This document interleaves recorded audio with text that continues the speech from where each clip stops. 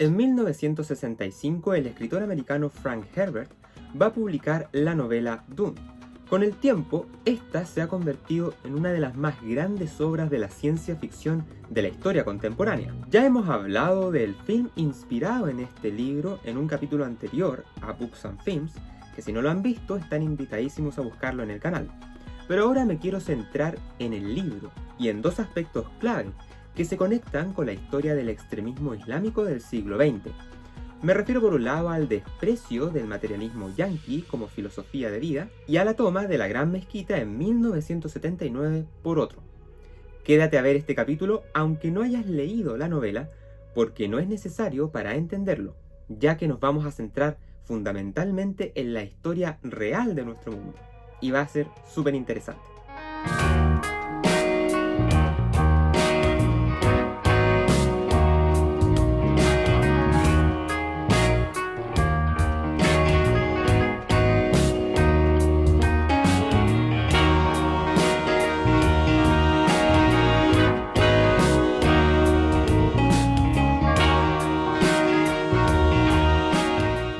No es un secreto para nadie que Herbert se inspiró en la yihad islámica para construir la trama del primer libro, así como también en el diseño de personajes. Basta con leer la descripción de los mismos en el glosario explicativo al final de la obra para darse cuenta de eso.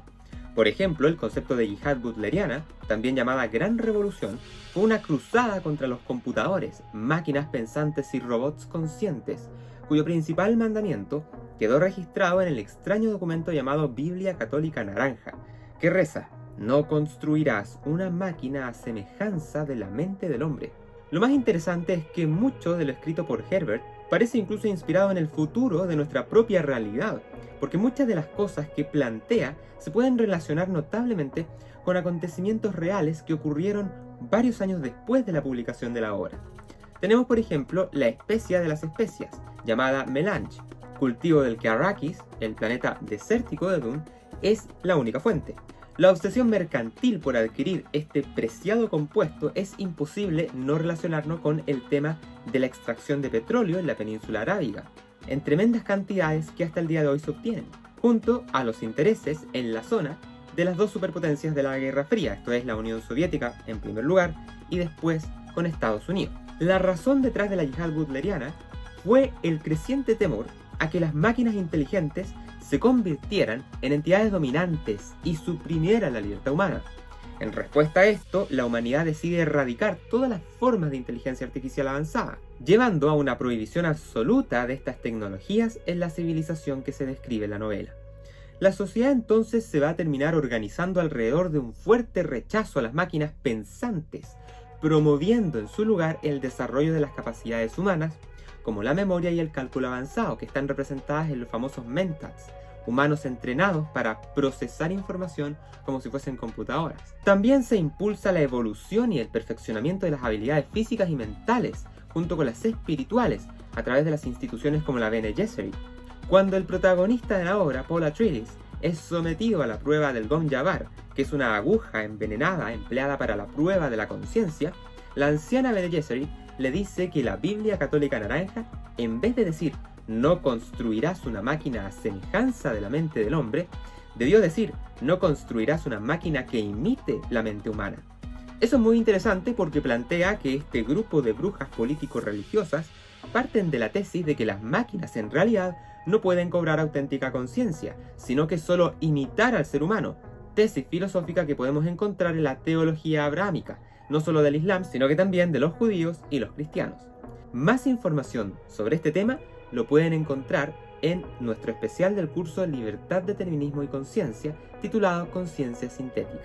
Y hablando de especiales, hace muy poco también lanzamos uno sobre las causas mediatas e inmediatas que explican el trágico 11 de septiembre de 2001 en New York, y en él damos cuenta de algunas cosas bien interesantes que también podemos relacionar con la novela de Herbert, toda vez que también en la historia real del Oriente Medio y cercano vislumbramos esta interesante dicotomía entre ciencia y tecnología por un lado y religión por el otro.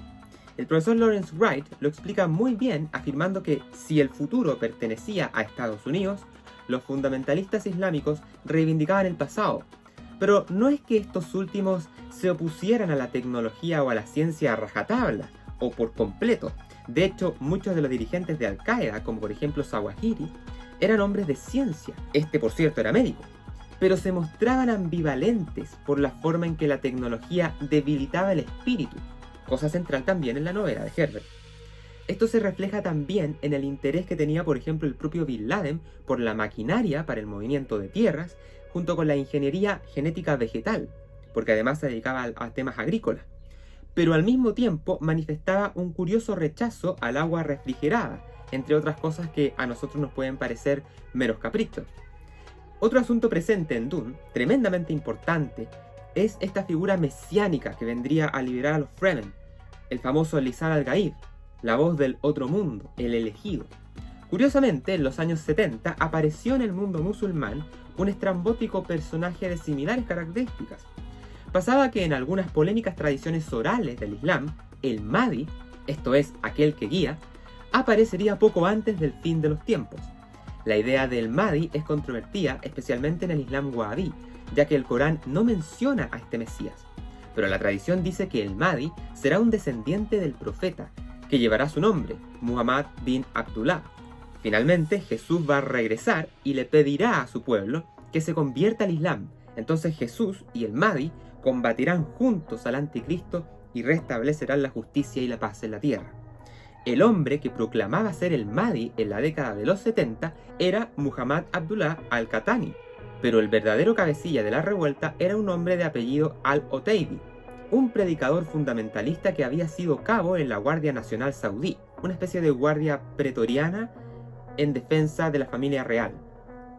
Ambos habían estado juntos en la cárcel acusados de sedición. Oteibi afirmaba que fue entonces cuando Dios le reveló en un sueño que Qahtani era el Mahdi. Y el sueño de Oteibi convenció de hecho a Qahtani de que de hecho era el elegido. Cuando salieron de prisión, Qahtani se va a casar con la hermana de Oteibi.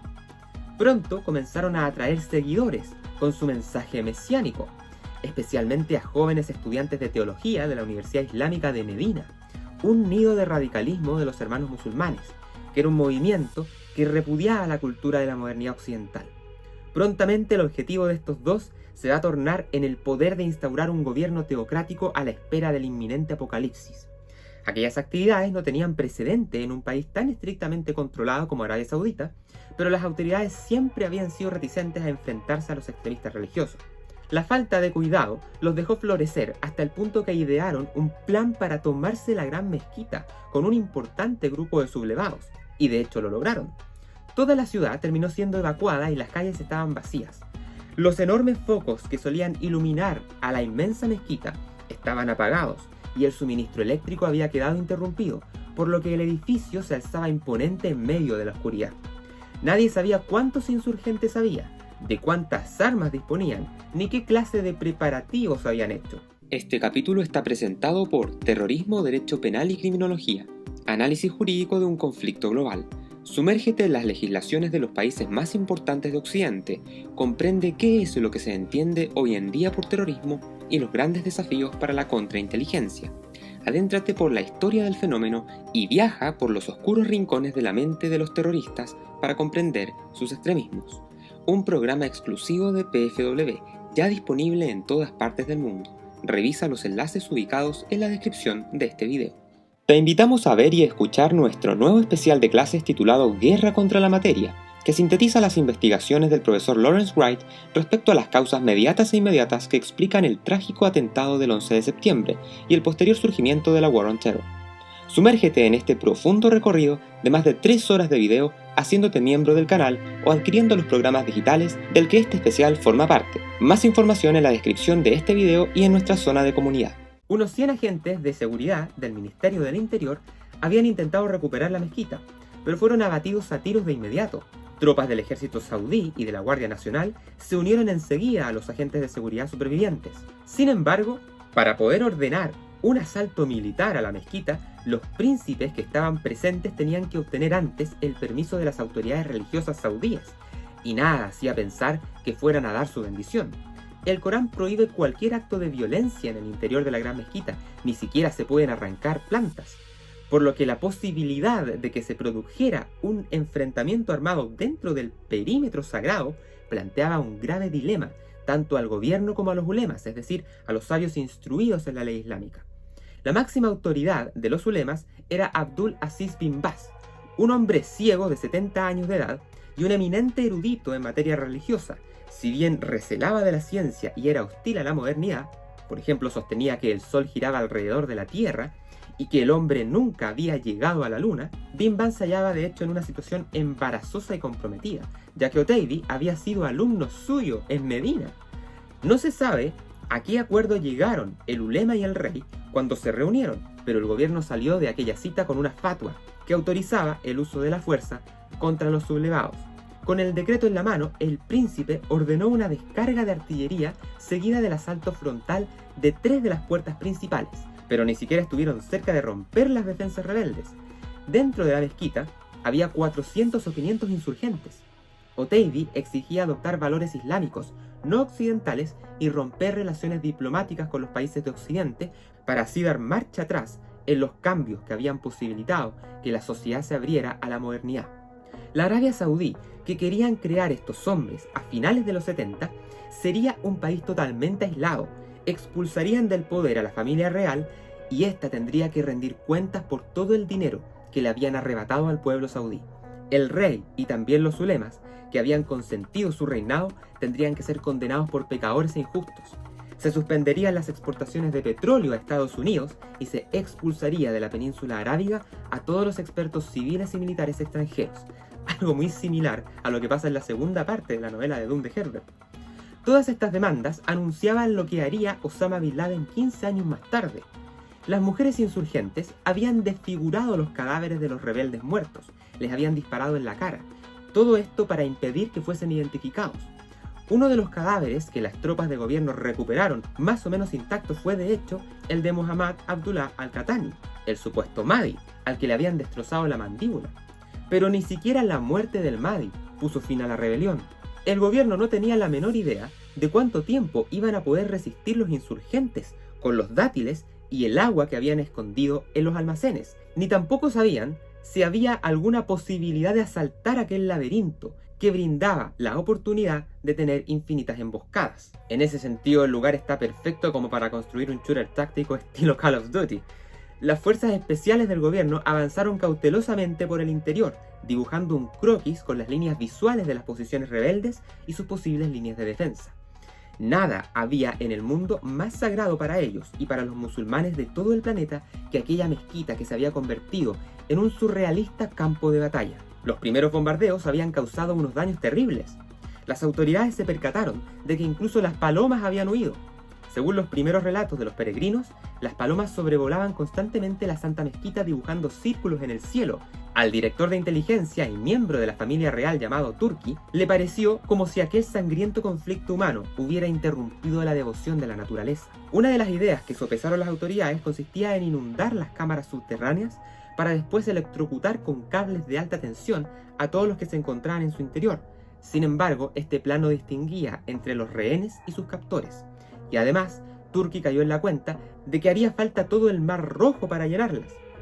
Otra de las propuestas consistía en introducir perros con alforjas llenas de explosivos y detonarlas por control remoto, así de salvajes y brutales. Por lo que teniendo ante sí unas opciones tan desalentadoras, Turki podría haber llamado a la Agencia Central de Inteligencia estadounidense, la CIA, que entrenaba por esos días a las fuerzas especiales del ejército saudí. Sin embargo, había descubierto que cuando se trataba de intervenir de inmediato, era menos complicado tratar con los franceses que con los estadounidenses. Turki entonces va a consultar a un legendario espía, al llamado conde Claude Alexandre de Marenchés, que en aquel momento dirigía el servicio secreto francés. De Marenchés era un hombre corpulento y con una presencia imponente. Recomendó utilizar gas. Turki aceptó, pero insistió en que no fuera letal. La idea era dejar inconsciente a los insurgentes. Un equipo formado entonces por los comandos franceses del Grupo de Intervención de Gendarmería Nacional viajó hacia la Meca, pero se encontraron al llegar con un problema. Estaba prohibido que los no musulmanes entrasen a la Ciudad Santa, por lo tanto tuvieron que convertirse al Islam en una breve ceremonia formal. Una vez convertidos estos soldados franceses al Islam, van a bombardear con gas a las cámaras subterráneas. Pero quizás porque las cámaras estaban interconectadas de una forma tan enrevesada, el gas no surtió efecto y la resistencia continuó. Cuando ya habían transcurrido más de 2 semanas desde el comienzo del asalto, los rebeldes supervivientes por fin se rindieron. Uno de ellos era de hecho Oteidy, que parecía un salvaje con el cabello y la barba enmarañados y avanzaba desafiante hacia las cámaras de televisión que grababan a los rebeldes mientras salían tambaleándose de las cámaras subterráneas. La cifra final de muertos ascendió a más de 4.000 personas. Y con esto finalizamos este capítulo dándonos cuenta de que la historia real es tanto más interesante muchas veces que la propia ciencia ficción. Un gran abrazo a la distancia y nos vemos en un próximo capítulo de Books and Films.